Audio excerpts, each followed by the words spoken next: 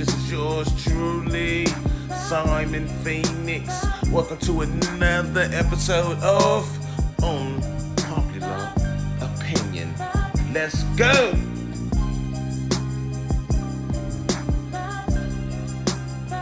We all know who this is. His name is O.J. Simpson. Famous for allegedly killing Nicole Simpson and taking the police on a speed chase that was about 35 miles per hour. Now, what you don't know is this man, Glenn Rogers, serial killer, allegedly killed over 70 people and allegedly killed Nicole Simpson. So, we're going to dive in and we're going to get to the bottom of this mystery. And I have absolute proof that he had something to do with Nicole Simpson's murder. Her and Ron Goldman. Stay tuned.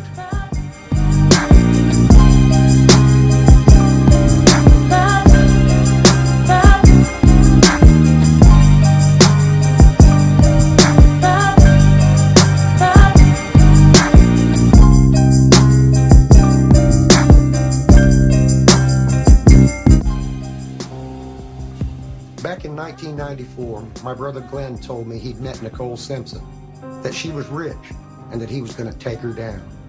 Just a few days later, a neighbor found the bodies of Ron Goldman and Nicole outside her Brentwood home. While I was thinking Glenn had done it, L.A. prosecutors charged O.J. with the crime. The trial began January 24, 1995. With O.J. Simpson charged with killing his ex-wife and her 25-year-old friend Ron Goldman. Prosecutors used a range of graphic devices to prove their case. The animation showed the government's theory that O.J. Simpson came to Bundy, went through the front gate, killed Nicole, then struggled and killed Ron Goldman, and then left out the back gate.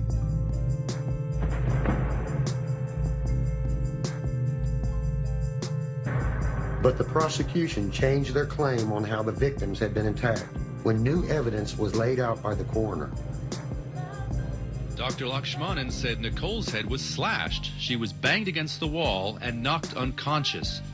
At that point, the prosecutor revealed a new theory. The murderer left Nicole and killed Ron Goldman, then came back for what is described as the coup de grace.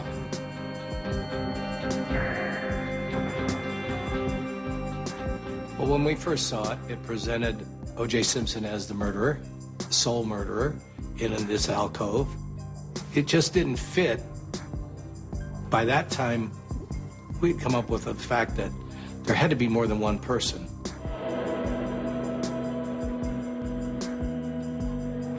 After 8 months of evidence and 3 hours of deliberation, the trial of the century ended October 3rd, 1995.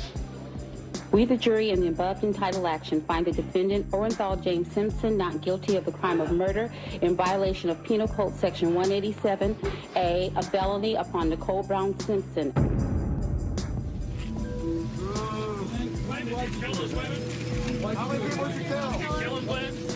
6 weeks after O.J. was found not guilty, the law caught up with Glenn.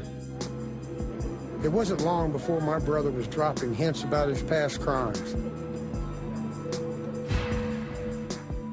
First time I heard about Nicole Simpson and Ron Goldman's murder, I was in my office in Van Nuys and really thought nothing more about it. One day I did receive some letters from a prison inmate indicating that Glenn Rogers had written to him that he had met Nicole Brown Simpson, and the inference was, and you know what else?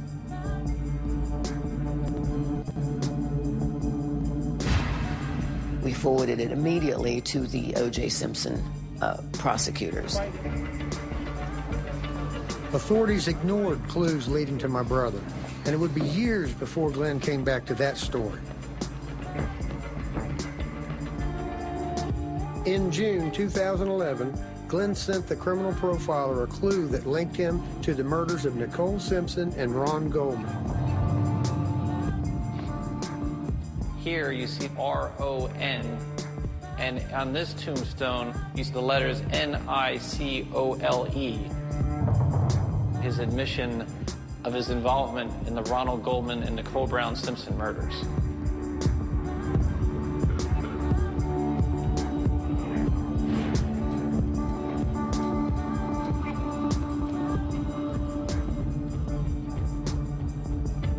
After getting many letters and paintings, the criminal profiler wanted to confront my brother in person to get the evidence he needed. He paid a visit to Florida's Union Correctional Institution. Finally, years after the murder, Glenn was ready to tell his side of the story. After I asked him that he had not sent me any specific information regarding his involvement in the O.J. Simpson case, he said, I had, you just didn't pay attention to the clues. I challenged Glenn to prove that he had actually committed the murders, that only the killer would know what the actual murder weapon looked like. And so Glenn drew the specific weapon.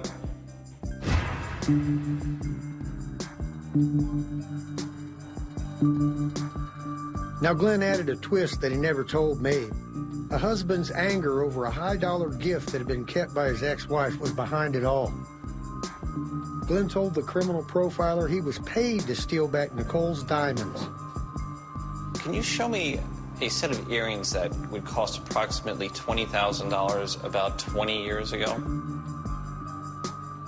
O.J. Simpson allegedly hired Glenn Rogers to get into the house of Nicole Brown Simpson and get a pair of earrings. Essentially, his belief was that they were worth $20,000.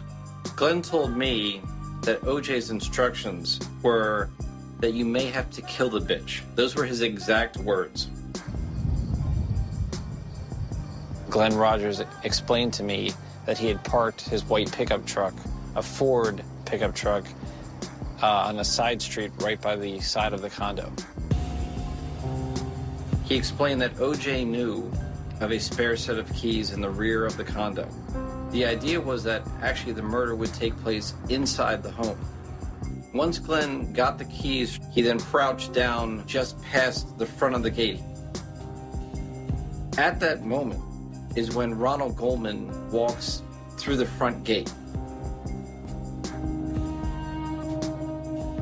Glenn Rogers realized that Ronald Goldman suddenly became an obstacle that needed to be dealt with.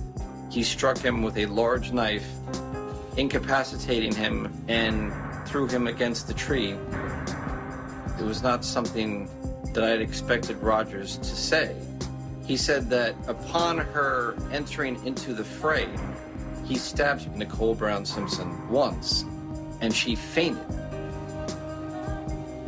He charged Goldman and pushing him against the tree where he later was found deceased. He said that he pulled her hair back to expose her neck and pulled the knife once to sever her neck to kill her instantly. OJ, anything you can tell her? OJ didn't want to, quote, get his hands dirty, per se, in the crimes. He was essentially going to check on Glenn's work. If Glenn's story was true, there had to be something at the crime scene to show he'd been there. And sure enough, evidence came out in the Simpson trial that two men were there. Shoe prints spelled out a story in blood. And the Lorenzo. FBI agent William Bodziak went halfway around the world to find these expensive Italian shoes he said are similar to the ones that could have been worn by O.J. Simpson to commit the murders. Bodziak examined the bloody footprints found on the walkway outside Nicole Brown Simpson's condo. They matched the soles on the exclusive Bruno Malley shoes, he said, and the size of Simpson's tennis shoes are a perfect fit. But the shoe prints that looked like OJ's weren't the only ones there. It's possible to identify here a design that resembles a shoe. Yes. Nationally known forensic scientist Henry Lee identified a second set of shoe prints, what could be a mystery murderer. By the time O.J. had gotten there, two people had bled significantly onto the sidewalk. If O.J. Simpson told me I did it, I would want to know how. You got to explain to me how you did this in less than 6 minutes and got rid of the weapon, the clothes, the bloody clothes. How did you do this? Impossible.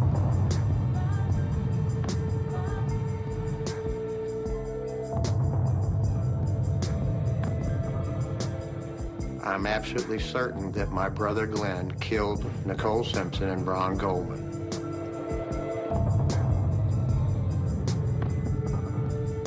I know my brother did it because I've seen proof that he was there. And there you have it. Simon Phoenix. Unpopular opinion. Episode 2. Let me know what you think in the comment section. Like, share. You already know what it is. We are out of here.